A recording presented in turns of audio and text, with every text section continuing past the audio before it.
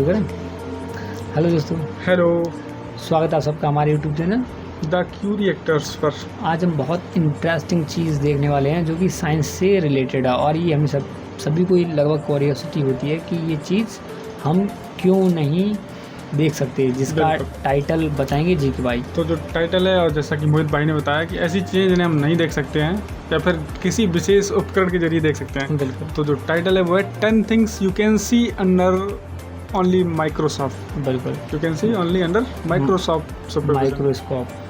जो माइक्रोस्कोप के अलावा जी। हम इन चीज़ों को अपनी आँखों से नहीं देख सकते। और मैं माइक्रोस्कोप को माइक्रोसॉफ्ट बोल गया, उसके लिए माफ़ी। तो सीधा चलते हैं वीडियो पर। So let's watch. गाइस, क्या आपने कभी अपने ब्लड को माइक्रोस्कोप के नीचे रखकर देखा है कि वो माइक्रोस्कोप में कैसा दिखता है? और क्या आप जानते हैं कि आपका जीव माइक्रोस्कोप में कैसा दिखता है? या फिर प्लांट्स सनलाइट से एनर्जी को ऑब्जॉर्व कैसे करता है? क्या इसमें कोई सोलर पैनल लगा होता है? इन सभी बातों को जानने के लिए इस वीडियो को एंड तक जरूर देखें, क्योंकि आज की इस वीडियो में मैं आपको ऐसी चीजों के बारे में बताऊंगा जिन चीजों को माइक्रोस्कोप से देखने के बाद आप भी दंग रह जाएंगे।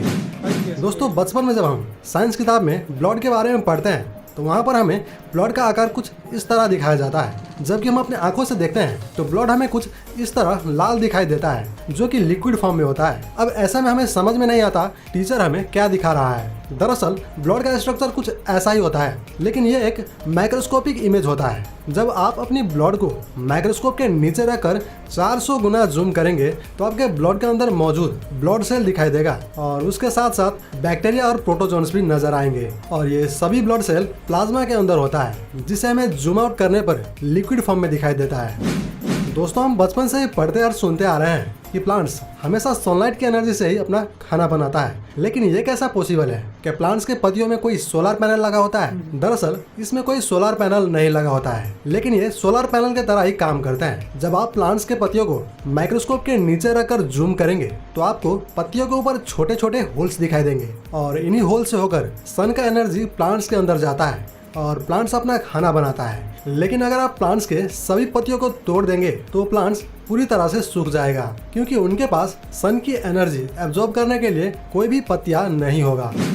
गाइस, पेपर हमारी जिंदगी का अहम हिस्सा रहा है। इसके बिना हम अपनी स्टडी को कंप्लीट ही नहीं कर पाएंगे, और दुनिया के सभी लोग पॉलिसी पेपर पर ही डिपेंड रहता है। लेकिन क्या आप जानते हैं कि पेपर आखिर माइक्रोस्कोप में कैसा दिखता है? जब पेपर को माइक्रोस्कोप के नीचे रखकर देखा गया तो पेपर के ऊपर सूखी पत्तियों जैसा कुछ दिखाई दिया। क्या आप जानते हैं कि पेपर का स्ट्रक्चर ऐसा क्यों होता है? दरअसल पेपर सूखी घास की पत्तियों से बनाए जाते हैं, इसीलिए हमें पेपर के ऊपर घास की सूखी पत्तियां दिखाई देता है।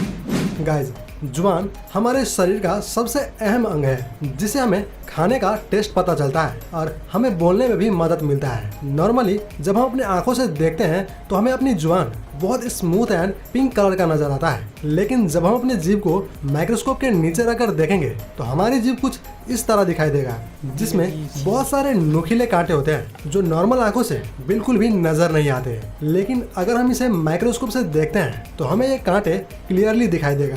इंसानों के शरीर पर ये कांटे बहुत ही छोटे दिखाई देते हैं, लेकिन अगर हम शेर की बात करें तो आपको बिना माइक्रोस्कोप के बहुत सारे कांटे साफ साफ दिखाई देगा। गाइस, अगर आप शेविंग करते हैं तो आपने एक चीज जरूर नोटिस किया होगा, जब आप रेजर से शेविंग करते हैं तो आपके बियर्ड जल्दी से बढ़ जाते हैं, वहीं अगर ट्रिमर से शेविंग करते हैं तो आपका बियर्ड उतना जल्दी नहीं बढ़ता। क्या आप जानते हैं कि ऐसा क्यों होता है? इसे पता करने के लिए जब रेजर्स और ट्रिमर द्वारा कटा हुआ बाल को साइड बाय साइड माइक्रोस्कोप के नीचे रखकर देखा गया तो रिजल्ट कुछ ऐसा दिखा, जिसमें रेजर द्वारा सेव हुआ बालों का कट एकदम सीधा था, वहीं पर ट्रिमर द्वारा कटा हुआ बाल कुछ ऐसा था जैसे कि मानो किसी ने बाल को तोड़ दिया हो, जिससे साफ साफ पता चलता है कि बालों के ऊपरी हिस्से डैमेज हो जाते हैं, और इसी के चलते ट्रिमर द्वारा कटा हुआ बाल जल्दी से ग्रो नहीं होता। गाइज, आप सब ने कभी ना कभी ब्लेड का इस्तेमाल शेविंग के लिए तो किया ही होगा, और कभी कभार अपनी उंगलियों के नाखून भी काटा होगा। पर क्या आपने इतनी शार्प ब्लेड को माइक्रोस्कोप में देखा है कि ये यूज करने के बाद आखिर कैसा दिखता है? अगर आप किसी नए ब्लेड को माइक्रोस्कोप के नीचे रखकर देखेंगे तो वो कुछ इस तरह शार्प दिखाई देगा। वही ब्लेड थोड़ा सा यूज करने के बाद दोबारा माइक्रोस्कोप से देखेंगे तो कुछ इस तरह दिखाई देगा, जिस पर बहुत सारे क्रैक्स आ चुके होते हैं, जिससे वो ब्लेड खराब हो जाता है और थोड़ी सी यूज करने के बाद हमें नए ब्लेड जैसा शेविंग एक्सपीरियंस नहीं मिलता है।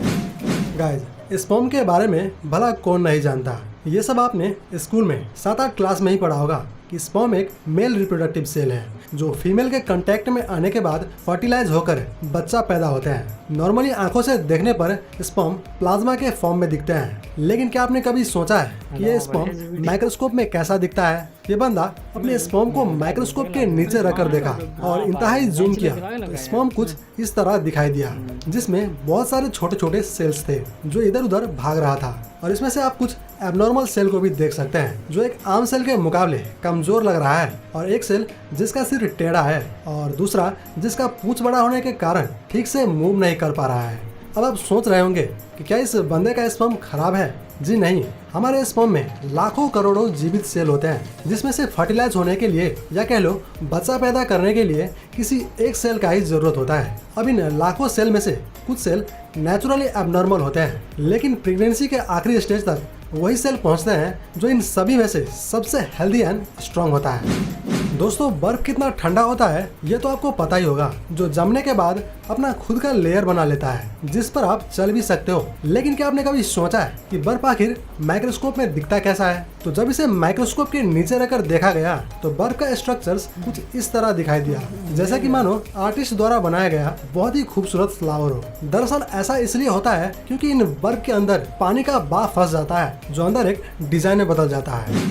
गाइस, आंखें हमारे शरीर का कितना इम्पोर्टेंट पार्ट है ये तो आप सभी जानते होंगे। इसके बिना दुनिया कैसा होगा हम अंदाजा भी नहीं लगा सकते। लेकिन तब क्या होगा जब हम अपनी आंखों को माइक्रोस्कोप के नीचे रखकर देखेंगे? गाइस, आपको यकीन नहीं होगा, माइक्रोस्कोप से देखने पर आंखों के अंदर एक अलग ही दुनिया दिखाई देता है, मानो आप किसी स्पेस में हो। हमारे आंखों के इरिस साफ साफ दिखाई देता है जिस पर कई सारे गड्ढे हैं और उसके बीच में एक ब्लैक होल है जो असल में ब्लैक होल नहीं बल्कि आंखों का लेंस होता है जिससे हम पूरी दुनिया को देख पाते हैं। तो गाइस, आपको हमारा ये वीडियो कैसा लगा हमें कमेंट बॉक्स में जरूर बताएं। वीडियो पसंद आया तो लाइक करें, चैनल पर नए हो तो सब्सक्राइब करें और साथ में घंटी को दबाकर नोटिफिकेशन ऑन कर लें। मिलते हैं किसी और नेक्स्ट इंटरेस्टिंग वीडियो में।